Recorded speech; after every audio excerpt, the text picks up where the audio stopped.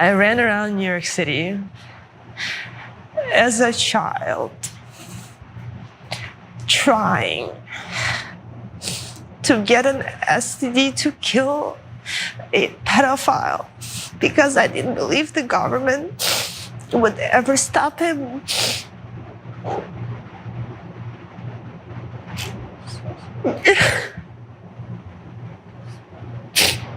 That wasn't my job to stop him. You just heard from one of the Epstein survivors. Her name is Rosa Gillis, and she's a former model who was abused by Epstein and others who engaged in taking advantage of young women and girls who were being trafficked by Epstein. So sadly, she was failed by our Justice Department, and they're still failing her today, along with the victims trying to seek justice in the Epstein scandal. And one of the central figures in screwing these survivors over is Todd Blanche. So as Todd Blanche is said to be confirmed as the next US Attorney General, what a disaster. The thousands of women who were teens at the time of their abuse are now sounding the alarm and just kind of warning Congress, the Senate in particular, against confirming Todd Blanche as the next Attorney General. So Senator Tom Tillis, who of course is the Senate Majority Leader, has asked Todd Blanche to maybe try to make things right with these survivors. Maybe reach out, have a sit down with them, a substantive meeting with survivors in order to win over Tillis's vote. Now, the meeting actually did happen, but it was anything but substantive. That's not according to me, that's according to the survivors who said that they received an hour of deflection, interruption, and gaslighting from Todd Blanche. So let's actually hear more from the survivors themselves. This next person you're gonna hear from is Liz Stein, who sat down with PBS News to talk about the meeting itself. We went into the meeting really in earnest, looking to work with Todd Blanche in the Department of Justice. We went into the meeting with an agenda, questions that we had that we wanted answered. And when we got into the meeting, we didn't receive any answers to any of the questions that we were asking.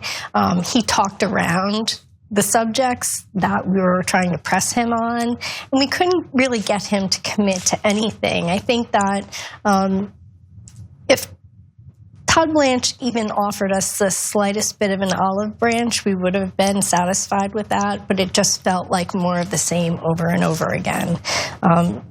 Earlier this year when Pam Bondi testified and refused to acknowledge that we were in the room, that sent a really strong message to us about what the DOJ thinks of us as victims of crime. And our meeting with Blanche only reiterated those feelings for me. Our government does not respect the people of the United States. They have no interest in protecting the people of the United States. They have no interest in serving the people of the United States. And anyone who has participated in efforts to prevent justice from being served in the Epstein scandal, okay, should be considered an enemy of the United States because they're far more interested in protecting pedophiles than ensuring that justice is served on behalf of the survivors here. Journalist Tara Palmieri, friend of the show, who actually wrote about the details of the meeting for her Substack, reported the following. She said, according to multiple people present, Blanche repeatedly stressed that many of the failures surrounding the Epstein investigation were not his fault. Wow, real leader there, passing the buck. He was not in charge of the DOJ, and so if they had complaints, they were not his to address.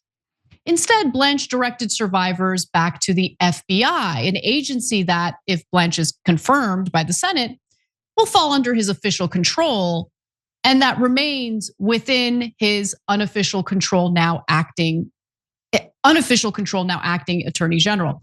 So, do you guys remember what Todd Blanche did early on in Trump's second term? He decided to pay Ghislaine Maxwell a little visit We don't know the details about what they discussed, but we do know that immediately afterward, Ghislaine Maxwell was moved to Club Fed, a low security prison where she gets to play with puppies. She gets to order takeout. She is treated with kids' gloves, even though she is a rapist and a trafficker of women and girls. She's disgusting. And she belongs in a far worse facility. Let's just leave it at that. But Todd Blanche, did that for her. Who knows what kind of quid pro quo situation that was, considering the fact that Todd Blanche was Trump's personal lawyer at one point. But man, looks like Trump's got something to hide, doesn't it? But oddly enough, Blanche did acknowledge that the FBI, they haven't handled the case well. Isn't he so kind to make a concession like that?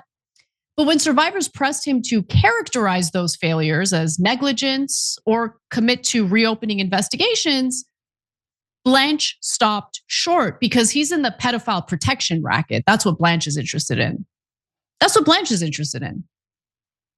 These people are sick, man. So he wouldn't make any commitments. He offered no apology for failing to protect Epstein survivors or ensure that they would receive justice, especially when it came to, the unredacted names in the Epstein files that were released. Remember how they went through quite a bit of pain to make sure they redacted the names of the rapists, but they left the names of the survivors unredacted? So Blanche still has to face the Senate, the full Senate, for a confirmation hearing. But if confirmed, civil rights lawyer Ron Kuby told The Guardian that it means that no other perpetrators will be held criminally liable for their misconduct. That's no different from the way it's been throughout the Trump administration and the Biden administration.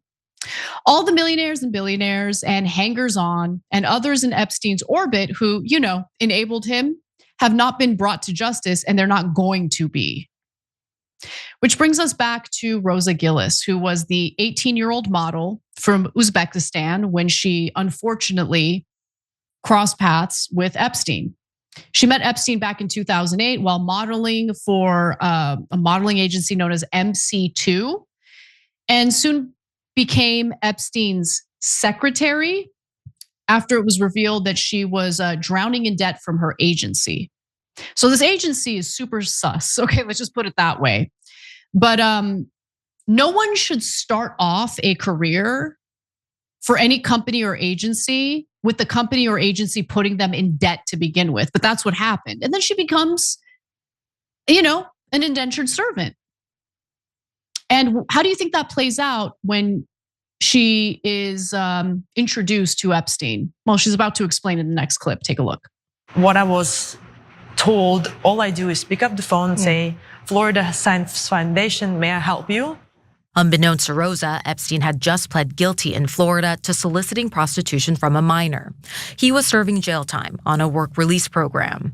The first weekend at Epstein's office, Rosa was asked by another woman to massage Epstein's feet. He gives me his foot, and I'm looking at his foot, and it has an ankle monitor on. But to me, what it looks like, he has a plastic thing wrapped around his foot with a black box on it with a blinking light, right? And I go, what is this? And he flips around and he goes, take off your shirt. I froze. And the woman comes over and starts unbuttoning my blouse. She takes it off. Then she takes off my bra. And then she walks out. I sat in that room staring at the bottle of a Fiji water while a man was groping me and masturbating. And then when he was done, he stood up and he left. She maintains that Epstein abused her every weekend after that.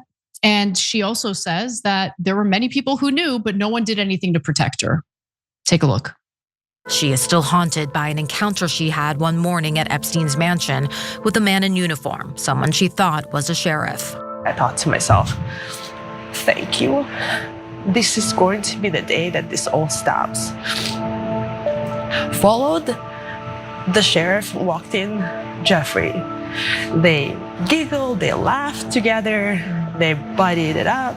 I just stood in the kitchen looking at this sheriff, thinking to myself, at some point he's gonna turn to me and be like, who are you? And he walked out. Didn't say anything to you? Nothing. And then I figured it all out. He's currently serving his sentence while he's doing the same thing to everybody, and nobody's there to help us.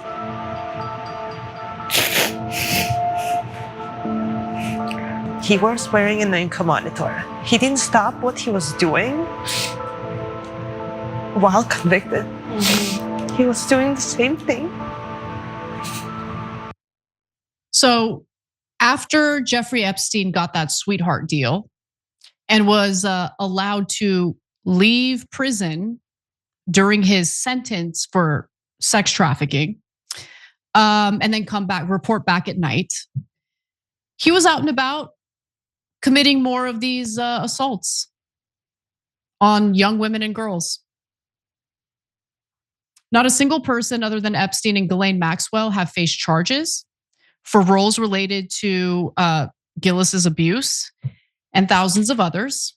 Jean-Luc Burnell, who actually founded the modeling agency that Gillis was part of, MC2.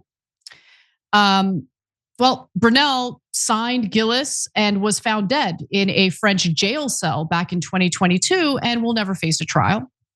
And more recently, Daniel Syed, another French modeling scout who helped arrange meetings with Epstein, was also found dead in his home in France. Not suspicious at all. Not suspicious at all. By the way, the only reason why we know about Gillis is because when the Department of Justice released what few files they were willing to release of the Epstein files, only half of them from what's been reported, they didn't redact her name. She didn't want to be known. She didn't want to go public with what had happened to her, but they didn't redact her name in the Epstein files. And she's furious. I would be furious. However, she has used this as an opportunity to talk to the press and share her story and talk about what happened to her. And that takes a tremendous amount of strength. And I'm grateful that she's doing it because it's giving us more insight into just how deep this cover up really is, into just how little our government cares about protecting young women and girls from billionaire rapists who are tied to foreign countries. We need to accept the fact that our government is at war against its own people. And what are we going to do about it? Because I don't want to live under that type of government. I don't want to pay that government taxes, and I don't trust them to do anything good for me. That's where I'm at, and it's not a great place to be. Every time you ring the bell below, an angel gets his wings. Totally not true, but it does keep you updated on our live shows.